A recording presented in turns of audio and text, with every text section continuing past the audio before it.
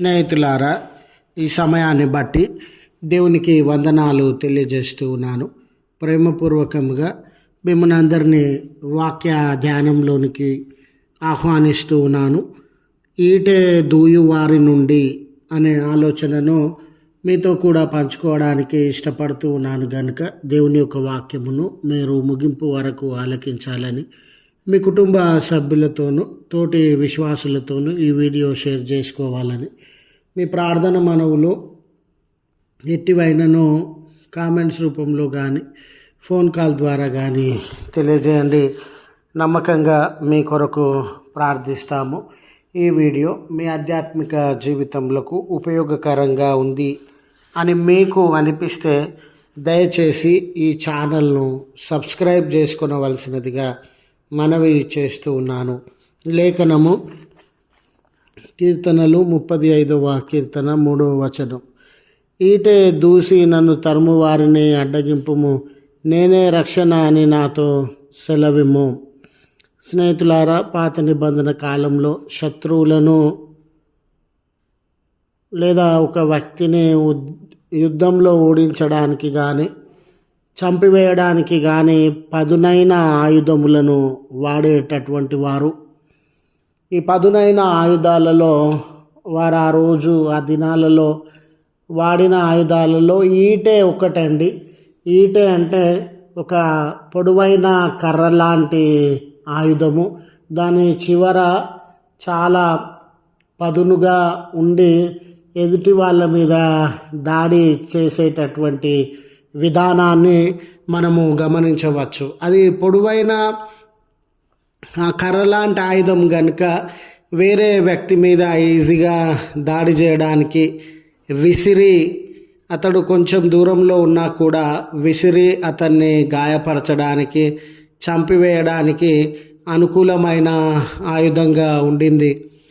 దావీదు గారి జీవితాన్ని గమనించినప్పుడు తాను సాధారణమైనటువంటి దినములను ఏ రీతిగా గడిపినాడో అదే రీతిగా యుద్ధంతో కూడినటువంటి దినములను, శత్రువులు దాడి చేసినటువంటి దినములను, అతన్ని గాయపరచాలని చంపివేయాలని శత్రువులు ఈటే అతని మీద విసిరిన దినములను కూడా మనము గమనించేటటువంటి వారంగా ఉన్నాం. ఈ ఈటే నన్ను గాయపరచకుండా, ఈ ఈటే నా ప్రాణములను తీయకుండా, నా శత్రువులు వారి యొక్క ఆలోచన ఆయుధము నా మీద ప్రయోగించి నన్ను గాయపరచకుండా చంపివేయకుండా ఈటే విసిరేటటువంటి వారిని అడ్డగింపుము అని దేవునికి తన భద్రతను దావీదు గారు అప్పగించుకొనుచున్నటువంటి వారుగా ఉండినారు. అది ఎంత పెద్ద ఈటెనైనా కానివ్వండి, ఎంత పదునైన ఈటెనైనా కానివ్వండి, దాన్ని విసిరేటటువంటి వ్యక్తి, వాడేటటువంటి వ్యక్తి ఎంత నైపుణ్యత కలిగినటువంటి వ్యక్తి అయినా కానివ్వండి, దేవా, ఏ వ్యక్తి చేతిలో ఈటె ఉండిందో నువ్వు వారిని అడ్డగించండి. ఏ ఈటెను నా మీద విసిరి నన్ను గాయపరచాలి, చంపివేయాలని ఆలోచన చేస్తూ ఉన్నారో ఆ ఈటెను మీరు అడ్డగింపండి అని తన నేర్పరితనము, తన యొక్క చాకచక్యము, తన యొక్క యుద్ధ నైపుణ్యత మీద వారు ఆధారపడకుండా దేవుడే భద్రతను అందించేటటువంటి వాడని దేవుడిచ్చే భద్రత మీద వారు ఆధారపడతా ఉన్నారు. అన్నిటికీ మించి, దేవా, నా రక్షణ నీవని నాతో చెప్పుము. చూడండి, నా పక్షాన ఎవరున్నారు నన్ను రక్షించడానికి, కాపాడడానికి?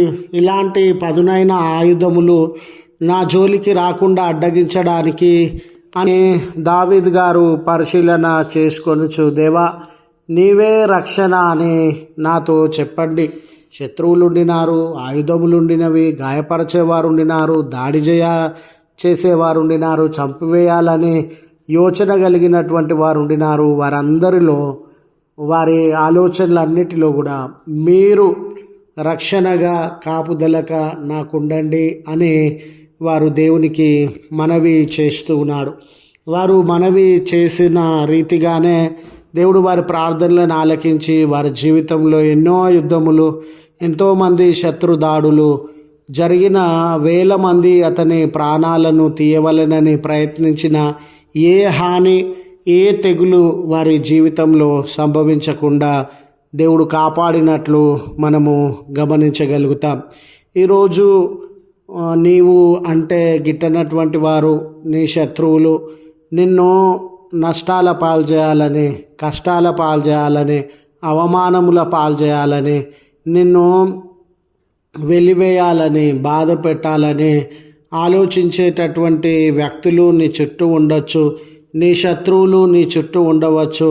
ఎక్కడ ఇతన్ని పట్టుకోవాలి, ఎక్కడ ఇతని జీవితాన్ని గాయపరచాలి అని దుష్ట తలంపులతో, ఆలోచనలతో, ప్రణాళికలతో నీ మీద ఆయా రీతులుగా దాడి చేయడానికి సిద్ధంగా ఉండవచ్చు. అలాంటి తరుణంలో దావీదు గారి లాంటి ప్రార్థన మన జీవితంలో ఉండినప్పుడు దేవుడు మనలను కూడా భద్రత కాపుదలలోనికి నడిపిస్తారని గుర్తు చేస్తూ ఈ మాటలను ముగిస్తూ ఉన్నాను. ప్రార్థించుదము. కృపగల తండ్రి, ప్రేమగల మా దేవా, నీ పరిశుద్ధ ఉన్నతమైన నామమునకు కృతజ్ఞతలు, స్తోత్రములు చెల్లిస్తూ ఉన్నాం. కనికరించండి యేసయ్య, కృప చూపించండి యేసయ్య.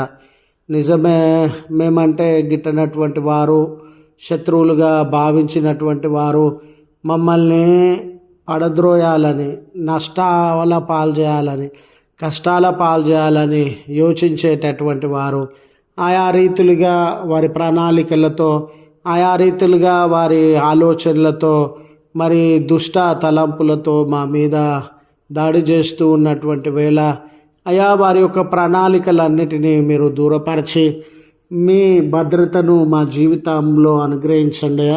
ఏ కుమారుడు, ఏ కుమార్తె ఈ ప్రార్థనలో ఏకీభవించి కష్టములలో, నష్టములలో మీ కృప దయచేయమని ఆధారపడుతూ ఉన్నారో ఆ బిడ్డల యొక్క ప్రార్థనలను ఆలకించి వారి బలహీనతలను తొలగించి గొప్ప కార్యాన్ని వారి జీవితంలో జరిగించండి. ఈ దినము జన్మదినం అని, వెడ్డింగ్ యానివర్సరీస్ అని జరిగించుకొనుచు ఉన్న బిడ్డలందరి జీవితాలలో మీ దీవెన ఆశీర్వాదములను కుమ్మరించి బలపరచుమని, ఈ దినపు దీవెనలతో మమ్మల్ని దర్శించుమని క్రీస్తు పేరట వేడుకొనుచు ఉన్నాము తండ్రి. ఆమెన్. తండ్రి, కుమార, పరిశుద్ధాత్మ త్రియేక దేవుని దీవెన మనకు తోడై ఉండి మనలను కాపాడును గాక. ఆమెన్.